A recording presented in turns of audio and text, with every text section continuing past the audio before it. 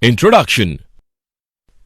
Hey kids, we have learned so many things about plant. Now we are going to learn mineral nutrients for growth and development and perform other essential activities for plant.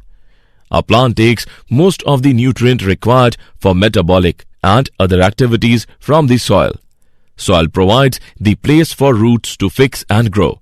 It holds water in which the soil nutrients are changed into ions, which is the form that plant can use. For example, potassium helps in opening and closing of stomata. With the availability of all essential nutrients, a plant can survive very well. So, throughout this module, we will learn essential nutrients for plants. Objectives.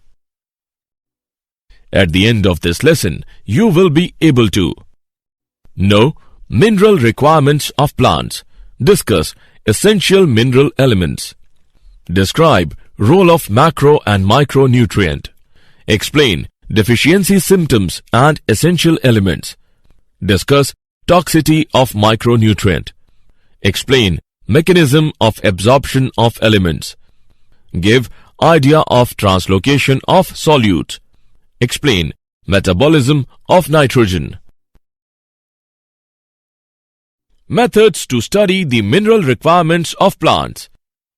As the population of the world is growing constantly, so we need more reliable ways to meet the demand of food.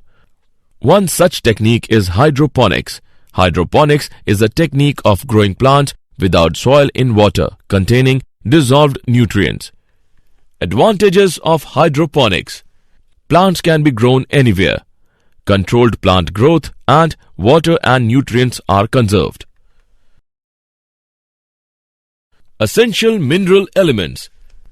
The essential elements are nitrogen, phosphorus, potassium, calcium, magnesium, sulfur, boron, chlorine, iron, manganese, zinc, copper, molybdenum, and nickel. Criteria for essentiality. An element is considered to be essential if the plant is not able to complete its life cycle in the absence of element. The element is not replaceable by any other element. The element is directly involved in metabolism of plant. Criteria for essentiality. The elements can be divided into two broad categories. They are macronutrient, micronutrient. Macronutrient. The nutrient which are present in the tissues of the plant in high amount. Some of the macronutrients are nitrogen, phosphorus, and potassium. Nitrogen is a major component of protein, chlorophyll, and other enzymes that are essential for plant life. Phosphorus is necessary for seed germination, protein formation, and almost all phases of growth and metabolism in plants. Potassium is necessary for formation of sugars, carbohydrates, protein synthesis, and division of cell in roots and other parts of the plant. Micronutrient. Micronutrients are the elements essential for plant growth, which are needed in only very small amount. These elements are also called trace elements. The micronutrients are boron, copper, iron, chlorine, manganese, molybdenum, and zinc. Essential elements.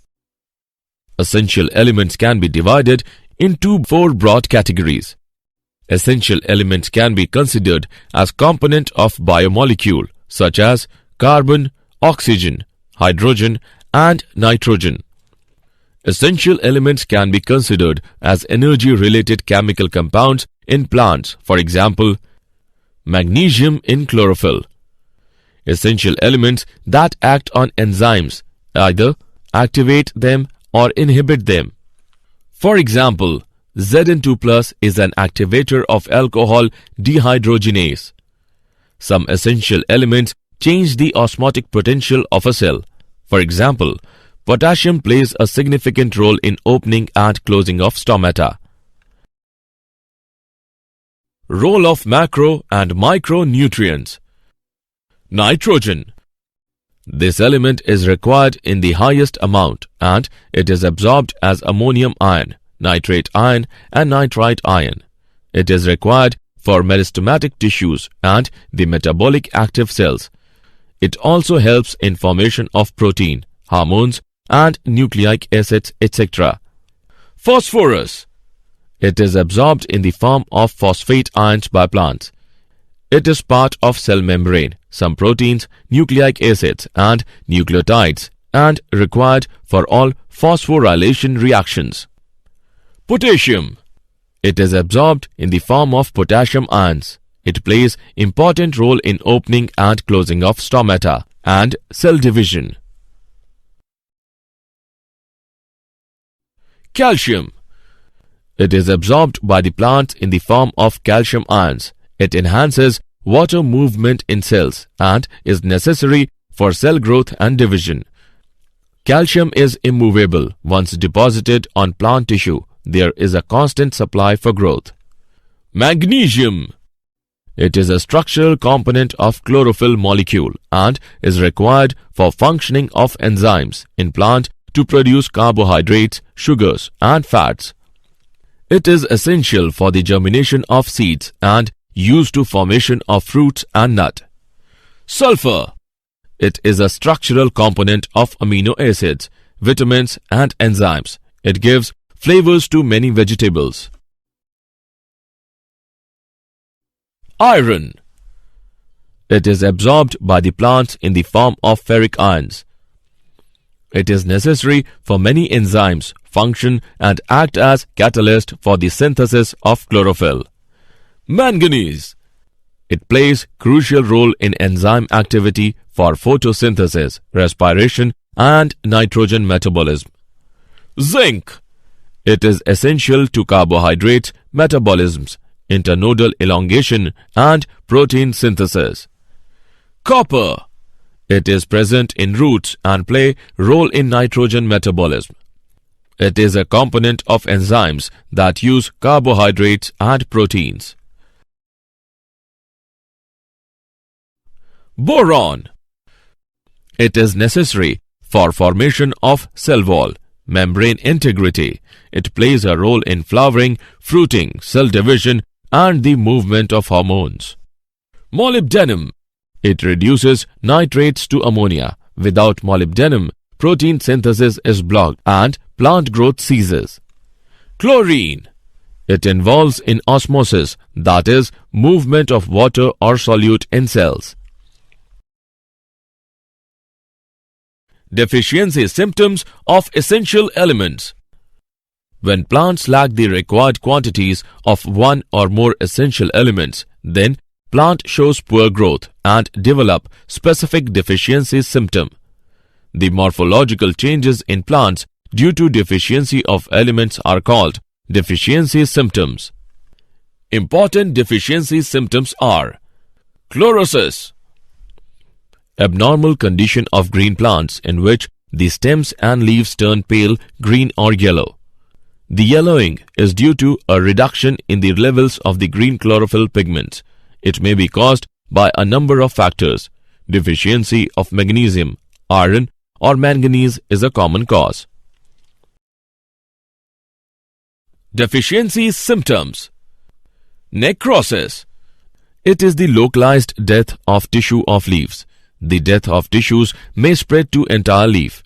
The deficiency of calcium results in necrosis of young meristematic regions, such as root tips or young leaves. Stunting. The growth is retarded. The stems appear condensed and short. The deficiency of calcium results in stunted growth. Dieback of shoot. Death of stems or branches of woody or herbaceous plants starting from the apex and proceeding downwards slowly or quickly due to copper deficiency. Toxicity of micronutrient. a fair increase or decrease in the amount of micronutrient required by the plant cause toxicity. The symptoms of toxicity are difficult to identify. The toxicity levels of one element differ with different plant species. If one element is in excess, then it may inhibit the uptake of another element. For example, excess of manganese may cause deficiency of iron, magnesium, and calcium. Mechanism of absorption of elements. The movement of ions is called flux. The inward movement of ions into the cells is called influx, and the outward movement is called efflux. The uptake of mineral ions follow two phases. First phase, plant tissues kept in mineral solution. Mineral ions move into the outer cells rapidly, the apoplast. Second phase, mineral ions move slowly into the inner space, the symplast. It is an active process and metabolic energy is utilized. Translocation of solutes. Translocation is the movement of mineral salts from one region to another. Through xylem, mineral salts are translocated from one part of the plant to another. Soil as reservoir of essential elements. The elements present in soil in several chemical forms. Elements can be dissolved in soil solution as ions. They may be bound in insoluble forms. As elements change their form in soil, so a dynamic equilibrium exists that shifts according to the soil conditions, including concentration of different ions, pH, and aeration of the soil. Soil also contains nitrogen-fixing bacteria, other useful microorganisms. It also holds water. Metabolism of nitrogen. Nitrogen cycle. All life on Earth requires nitrogen compounds, for example, proteins and nucleic acids. Nitrogen cycle involves the following steps: nitrogen fixation, ammonification, nitrification, denitrification. Nitrogen fixation. The process of conversion of nitrogen into ammonia or other nitrogen compounds is known as nitrogen fixation. Lightning and ultraviolet radiation provide energy to convert nitrogen into nitrogen oxides like N2O, NO, and NO2. Nitrogen cycle. Ammonification. The process by which organic nitrogenous compounds are decomposed to produce ammonia is known as ammonification. Nitrification. Nitrification is the process of converting ammonia first into nitrite and then into nitrate. 2NH3 plus 3O2 gives 2NO2 plus 2H plus 2H2O. 2NO2 plus O2 gives 2NO3. This process is carried out by soil bacteria that are chemoautotrophs. Ammonia is oxidized into nitrite by nitrosomonas and nitrococcus. Nitrite is oxidized to nitrate by nitrobacter. The nitrates are absorbed by the plants and reduced to nitrites. Denitrification. It is the process of conversion of reduction of the nitrates into free nitrogen. It is carried out by the bacteria like Pseudomonas and Thiobacillus. Biological nitrogen fixation. Biological nitrogen fixation is the process in which atmospheric nitrogen is reduced to ammonia by living organisms in the presence of nitrogenase. The nitrogen-fixing bacteria may be free-living or symbiont. Free-living nitrogen fixers are Azotobacter, Bergeringia. Both are aerobics, whereas Rhodospirillum is anaerobic. Cyanobacteria such as Anabaena and Nostoc are also free-living nitrogen fixers. Symbiotic biological nitrogen fixation. The classical example of symbiotic association is legume-bacteria relationship. Leguminous plants have root nodules in which the symbiotic bacteria rhizobium fix atmospheric nitrogen into ammonia. The ammonia is subsequently available for many important biological molecules such as amino acids, proteins, vitamins and nucleic acids. Frankia is free-living bacteria in soil which can also fix atmospheric nitrogen. Nodule formation. When the root hair of a leguminous plant comes in contact with rhizobium, it becomes curled or deformed due to the chemicals secreted by the bacterium. The rhizobia enters into deformed root hair and proliferates within the root hair. The plant responds by forming an infection thread that grows inwards to deliver the bacteria to the tissues. The nodule establishes contact with the vascular tissues of the host for absorption of nutrients. The formation of root nodules and nitrogen fixation occurs under the control of genes of legumes and genes of bacteria. The reaction occurs is nitrogen plus 8 electron, 8 hydrogen ions plus 16 ATP gives 2NH3 plus hydrogen plus 16 ADP plus 16 Pi. Fate of ammonia. The ammonia formed by nitrogen fixation is used for the synthesis of amino acids.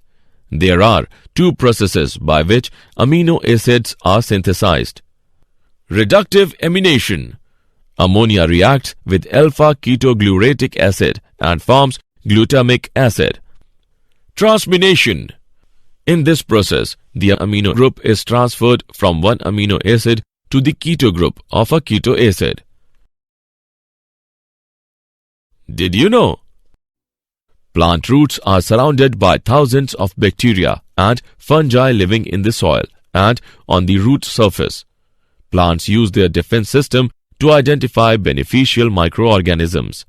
For example, when the plant detects a chitin molecule that is secreted by rhizobium, soil bacteria formation of root nodule occurs.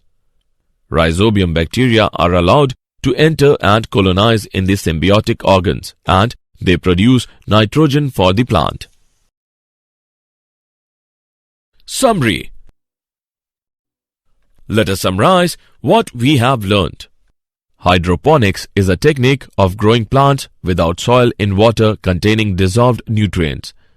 The two broad categories of element are macronutrient and micronutrient. The nutrients which are present in the tissues of the plant in high amount are called macronutrient. The elements needed in low amount are called micronutrient. Abnormal condition of green plants in which the stems and leaves turn pale, green or yellow is called chlorosis. The localized death of tissue of leaves is called necrosis. The retarded growth of the plant is termed as stunting. A fair increase or decrease in the amount of micronutrient required by the plant causes toxicity. Translocation is the movement of mineral salts from one region to another. Nitrogen cycle involves nitrogen fixation, ammonification, nitrification and denitrification. Biological nitrogen fixation is the process in which atmospheric nitrogen is reduced to ammonia by living organisms in the presence of nitrogenase.